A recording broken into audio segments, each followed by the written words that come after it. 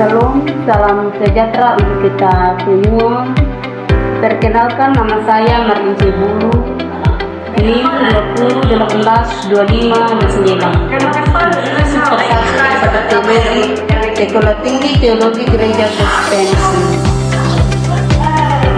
Video ini dibuat untuk memenuhi ujian akhir semester dengan judul Perdagangan Digital dan Isu Keadilan Sosial dalam Teologi Kristen. Selamat menyaksikan. Latar belakang pandangan digital dan isu keadilan sosial dalam teologi Kristen melibatkan penerapan prinsip-prinsip etika Kristen seperti kasih, keadilan, dan integritas terhadap realitas ekonomi digital manusia, terutama mereka yang rentan. Latar belakang pandangan digital dalam teologi Kristen, keadilan, kebenaran, dan kasih harus menjadi fondasi dalam dunia usaha, termasuk sektor UMKM digital untuk mencerminkan nilai-nilai Kristiani. Titik temu perdagangan digital, keadilan sosial. Teologi sosial berfungsi sebagai jembatan antara iman dan keadilan di dunia yang terhubung secara digital. Isu-isu utama yang muncul meliputi kesenjangan digital, perdagangan digital dapat memperburuk keadilan jika akses terhadap teknologi tidak merata. Teologi Kristen menurut respon terhadap kesenjangan ini dengan kasih dan upaya untuk memfasilitasi akses yang adil bagi komunitas yang kurang terlayani. Definisi perkembangan teknologi dalam teologi Kristen, perdagangan dipandang sebagai dari tatanan ekonomi yang sah dan potensi manusia untuk berkreasi, namun harus dijalankan dengan cara yang memuliakan martabat manusia dan mempromosikan keadilan. Isu keadilan sosial dalam konteks perdagangan menekankan perlunya menolak praktik eksploitatif dan memastikan kesejahteraan bersama, terutama bagi kaum miskin dan rentan. Definisi perdagangan dalam teologi Kristen secara etimologis. Perdagangan adalah kegiatan jual beli barang atau jasa.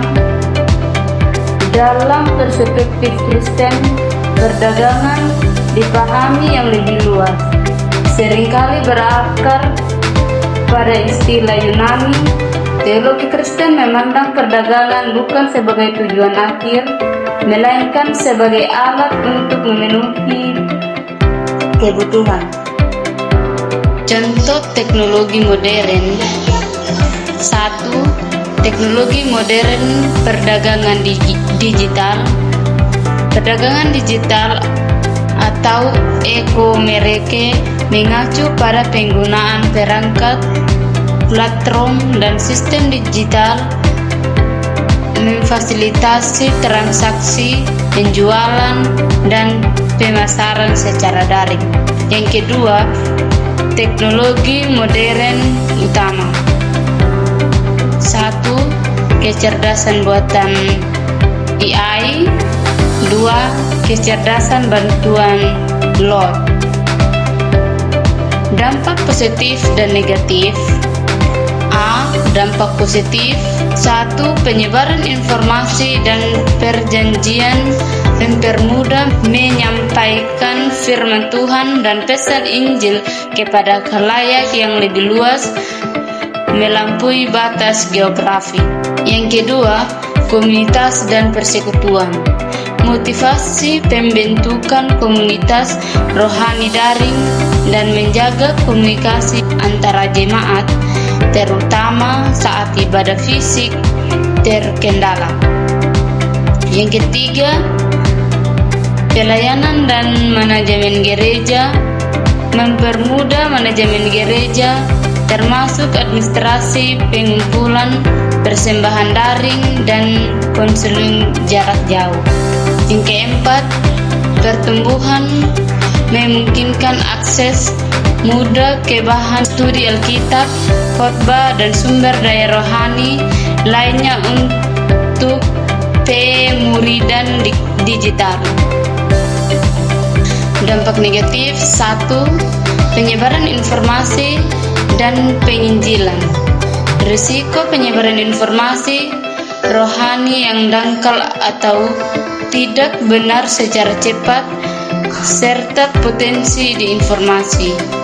Yang kedua, dan persekutuan komunitas dan persekutuan dapat menyebabkan isolasi dan berkurang keintiman hubungan tatap muka dalam persekutuan yang sesungguhnya. Yang ketiga, pelayanan dan manajemen gereja. Potensi komersialisasi kekristenan, memperlakukan gereja atau konten rohani mereka di mana konseling memiliki berdasarkan. Yang keempat, pertumbuhan iman jemaat bisa menjadi kurang fokus saat ibadah daring dan munculnya obesitas spiritual karena konsumsi konten pasif. Tinjauan teologis ayat Alkitab, pandangan tokoh, refleksi. A.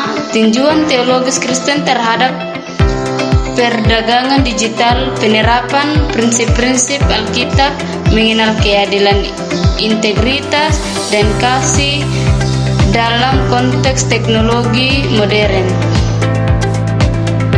Berdasarkan pada karakter Allah yang adil dan seruannya kepada umat manusia untuk berlaku adil, mengasihi semua, dan memedulikan kaum yang rentan. Ayat Alkitab Imamat 19 ayat 15 yang berbunyi demikian, janganlah kamu berbuat curang dan peradilan, janganlah engkau membela orang kecil dengan tidak sewajarnya, janganlah engkau mempengaruhi oleh orang-orang besar, tapi engkau harus mengadili orang sesamamu dengan kebenaran. C. Pandangan tokoh. Yang pertama itu Nabi Amos. Nabi Amos dikenal sebagai pejuang keadilan sosial yang gigih. Ia secara eksploitasi ekonomi. Yang kedua itu Yesus Kristus. Perjanjian baru menjadi landasan utama etika Kristus tentang keadilan sosial. Ia menunjukkan bentuk keadilan yang paling hakiki dengan membela mereka yang tertindas, melayani orang miskin. Yang ketiga, Yakobus, saudara Yesus. Yakobus yang adil dan memimpin penting gereja mula-mula di Yerusalem, tidak secara selektif membahas perdagangan modern. Refleksi, teologi Kristen memandang perdagangan dan keadilan sosial sebagai yang terkait erat, berakar kuat dalam sifat Allah yang adil dan kasih-Nya yang khusus bagi kaum miskin dan tertindas. Refleksi teologis menurut agar biaya tinggi dan minimnya literasi digital menciptakan ketidaksetaraan baru. Kesimpulan utama dari isu perdagangan dan keadilan sosial dalam teologi Kristen adalah bahwa perdagangan dipandang sebagai dari anugerah Allah bagi kesejahteraan manusia, namun harus dijalankan berdasarkan prinsip-prinsip etika yang menjunjung tinggi martabat manusia dan keadilan bagi semua, terutama bagi kaum miskin dan rentan. Sekian dan terima kasih.